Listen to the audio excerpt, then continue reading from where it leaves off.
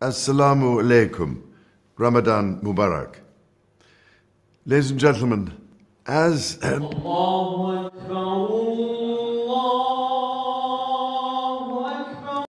there is mounting speculation out there that given King Charles III's apparent love of Islam, he must be a convert to that religion. Something that would put him at odds with being the defender of the faith, the Christianity of the Church of England, so putting his place on the throne at risk. And here's a quote circulating social media right now via the X account of Father Calvin Robinson.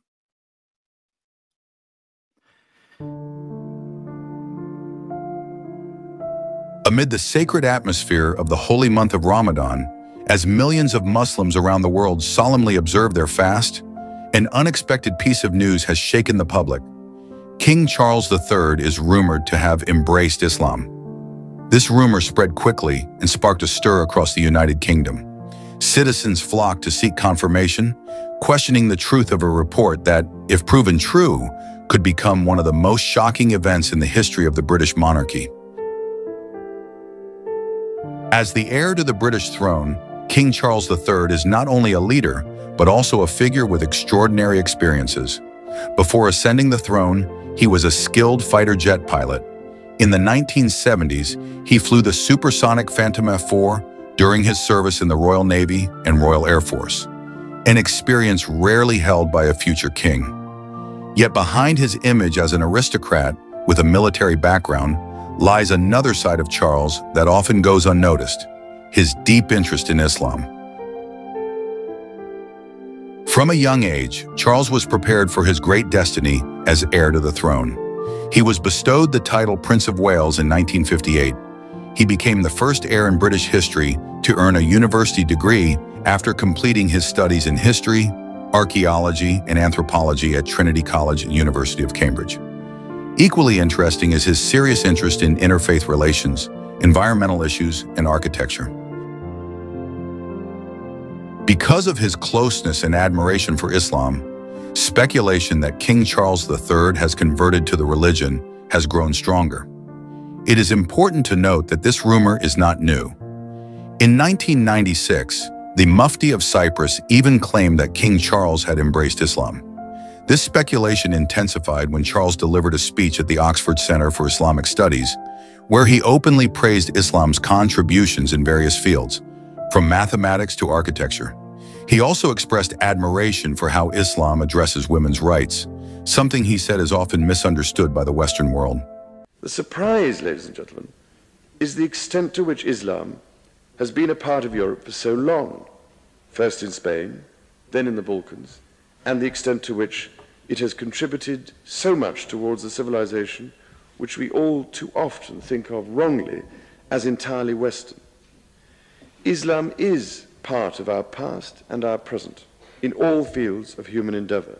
It has helped to create modern Europe. Many of the traits on which modern Europe prides itself came to it from Muslim Spain: diplomacy, free trade, open borders. Charles's interest in Islam has not faded with time. In May 2017, during the inauguration of the new Oxford Center for Islamic Studies building, Charles opened his speech with a traditional Islamic greeting. He highlighted how classical Islamic architecture could harmoniously blend with Oxford University's historic buildings. Since 1993, he has served as a patron of the center and supported its mission to foster understanding between the Islamic world and the West. The inauguration was also attended by Prince Turki Al Faisal, chairman of the Board of Trustees, and Dr. Farhan Nizami, director of the center. In the history of the British monarchy, it is rare for a leader to show such significant attention to Muslims. Yet King Charles seems to be an exception. Assalamu alaikum. Hayakum maratan ukhra fi al-Mamlaka al-Muttahida baladkum al-Thani. Even before ascending the throne, his stance toward the Muslim community in the UK and the Commonwealth had already drawn widespread attention. During the 25th anniversary of Islamic Relief UK, Charles delivered a speech highlighting the organization's contributions to society. More notably, he quoted verses from the Quran in his speech, a gesture that further reinforced the notion that his understanding of Islam goes beyond symbolism. Let me recall, if I may, a passage from the Holy Quran which seems particularly appropriate to Islamic Relief's work, and which says in verse 32 of Al-Ma'idah Surah, "Whoever saved a life, it would be as if he saved the life of all mankind."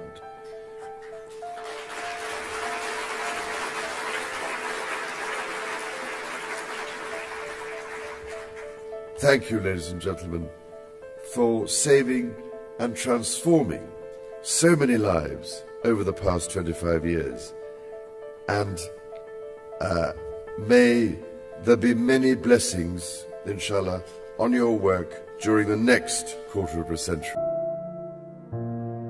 When the COVID-19 pandemic struck the world, Charles, still the Prince of Wales at the time, also offered his support to Muslims preparing to welcome Ramadan under difficult circumstances. He praised the Muslim community's response to the global health crisis, especially their efforts in providing aid and honoring Muslim medical workers who lost their lives. But Charles's attention to the Muslim community did not stop there. In a recent meaningful moment, King Charles III and Queen Camilla personally prepared iftar meals for the Muslim community in the UK. During a visit to the Darjeeling Express Indian restaurant in London, Charles was seen wrapping dates to be sent to hospitals. He even earnestly scooped biryani rice into food containers. These simple actions carried a powerful message of his commitment to inclusivity. The highlight was when King Charles invited Muslims to break their fast at Windsor Castle, a historic moment as it marked the first ever iftar held at the over 1,000-year-old castle. A total of 350 guests from various backgrounds attended, witnessing how the occasion reflected both the grandeur of Ramadan and a symbol of diversity and tolerance. The guests expressed joy, portraying it as a sign of Islam's acceptance within a palace long associated with Christian tradition. However, this celebration sparked sharp reactions from some sectors of British society. For those firmly rooted in tradition, Charles's decision was seen as a neglect of the monarchy's Christian foundations, especially since the moment coincided with Ash Wednesday and Shrove Tuesday, two major events in the Christian royal calendar. When the royal family's official social media accounts failed to post any message about Shrove Tuesday, many took it as a silent signal, raising major questions. Why did King Charles, also head of the Church of England, appear more attentive to Ramadan? Speculation grew even further. One of the vocal voices in this controversy was former pastor Calvin Robinson. Through his personal account on platform X, formerly Twitter, he expressed his belief that King Charles III had indeed converted to Islam. He even pointed to Charles's frequent travels to Turkey as further clues. Many also questioned why Charles chose to study Arabic instead of Hebrew or Greek, which are more closely tied to Christianity's roots. For some conservative circles, this decision is not only surprising, but also seen as a disregard for the spiritual legacy of the British monarchy. Even so, amidst the wave of criticism, there are also those who seek to temper the wild speculation. They argue that Charles's interest in Islam more likely reflects an effort to build bridges between the West and the Muslim world, not a sign of religious conversion. Debates and controversy over King Charles III's religion continue to unfold among British society. Many pieces of evidence point to the king's deep interest in Islam.